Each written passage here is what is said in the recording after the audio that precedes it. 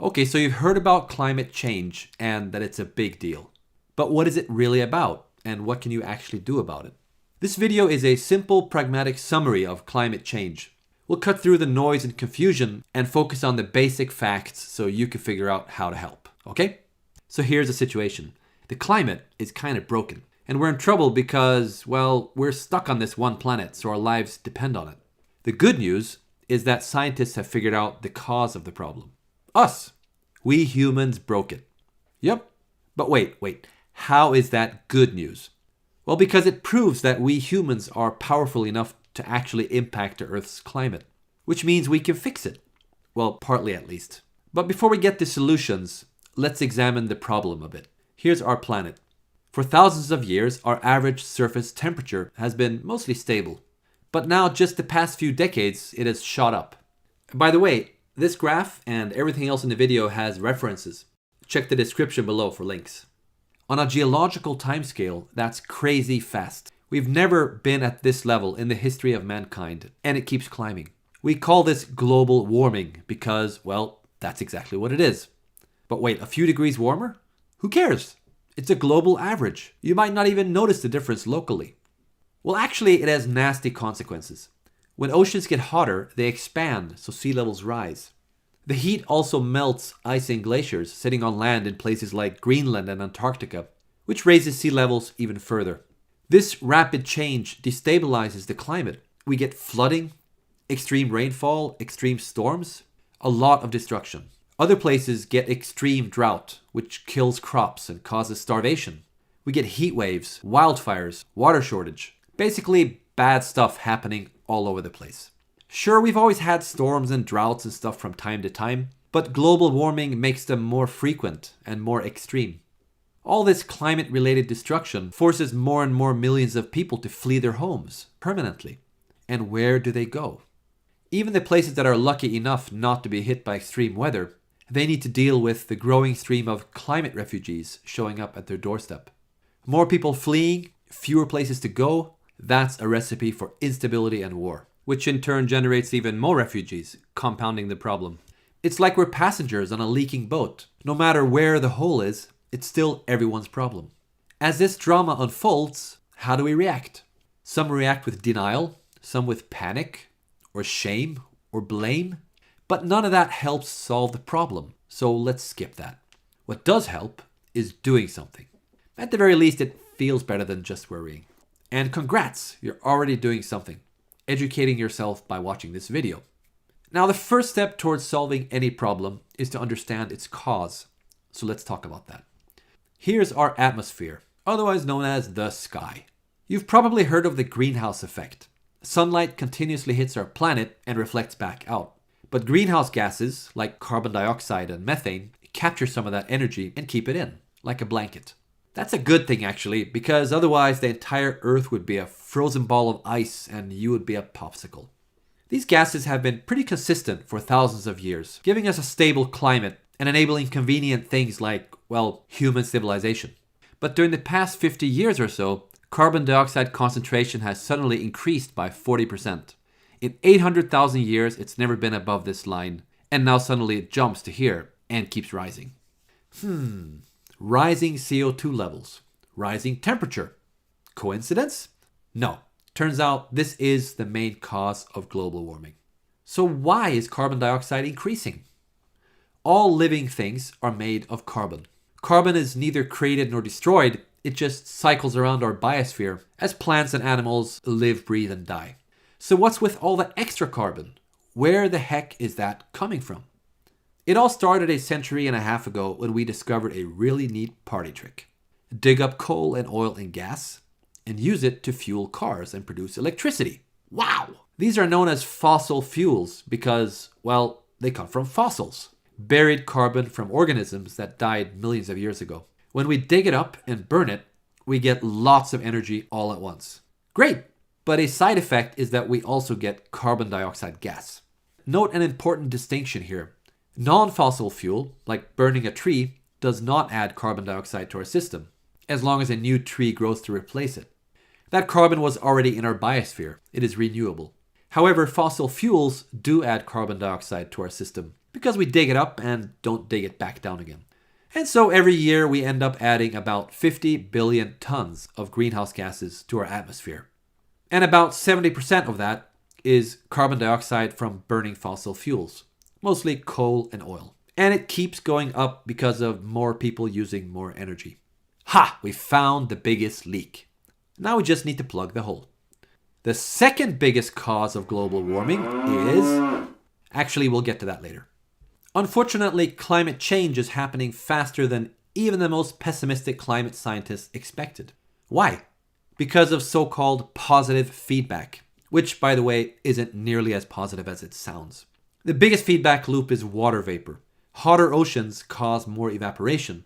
And water vapor is actually also a greenhouse gas, so that causes further global warming. Second feedback loop, reduced ice cover. Ice reflects sunlight. When that ice cover melts away, more surface is exposed. More heat is sucked in, and global warming increases. Finally, permafrost. Large parts of Siberia, Greenland, Canada, and Alaska are covered in permafrost. Turns out this frozen soil contains lots of greenhouse gas. When it thaws, the buried gases are released, causing even more global warming. So climate change is accelerating because of 3 vicious cycles. It all works together like some kind of evil scheme from a B-movie villain. These feedback loops are almost impossible to stop, so we really need to tackle the root cause. Since burning fossil fuels is the primary cause of global warming, we need to... Stop burning fossil fuels. Thank you. So wait, why are we burning this stuff again? We burn it in power plants to generate electricity. We burn it inside cars and planes to drive them around. We burn it in factories to produce stuff. See the chimneys? Exhaust pipes? Smoke. That's a hint. All this accounts for about 2/3 of the 50 billion tons. And by the way, that smoke is deadly poisonous, so we kind of want to get rid of it anyway. Here's the most fascinating thing. The fossil fuels industry is subsidized. Governments around the world spend about $500 billion per year, 1% of the global GDP, financially supporting the very thing that's killing us. Clearly, change is needed. So what, are we going to erase 200 years of progress? Back to candles and horses?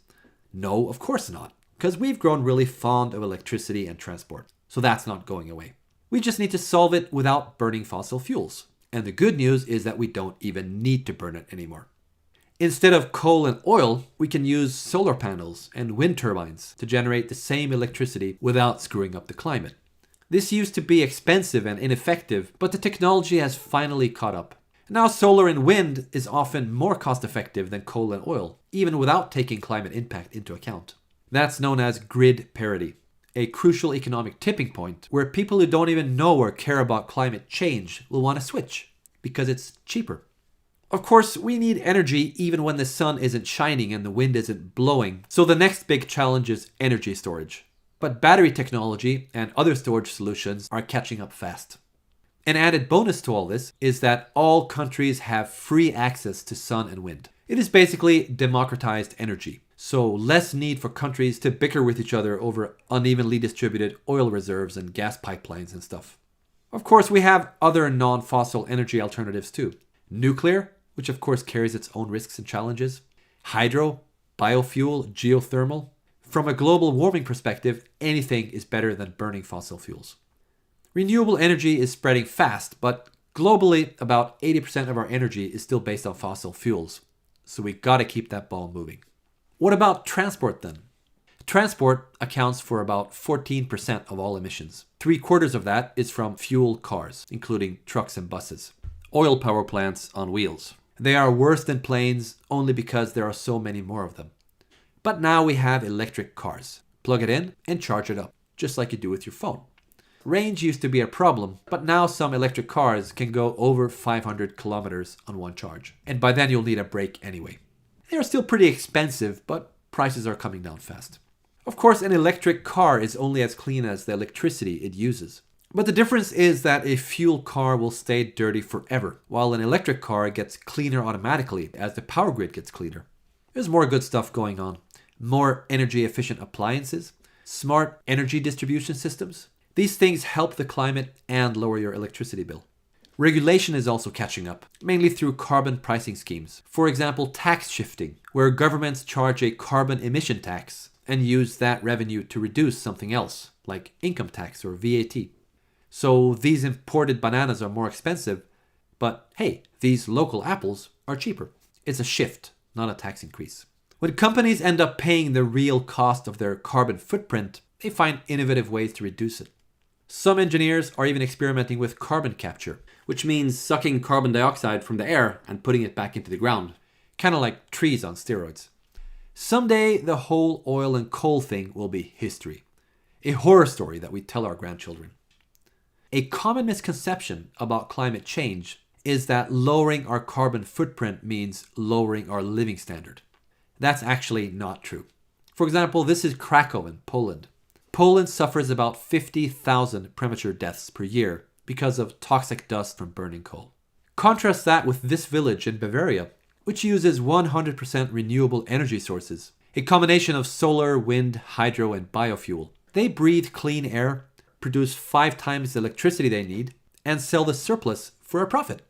Of course, this is a small village, so it's an unfair comparison, but the trend is clear. This is the future of cities. Better air, less traffic noise, and basically a higher living standard. Remember, roughly 70% of global warming is caused by burning fossil fuels.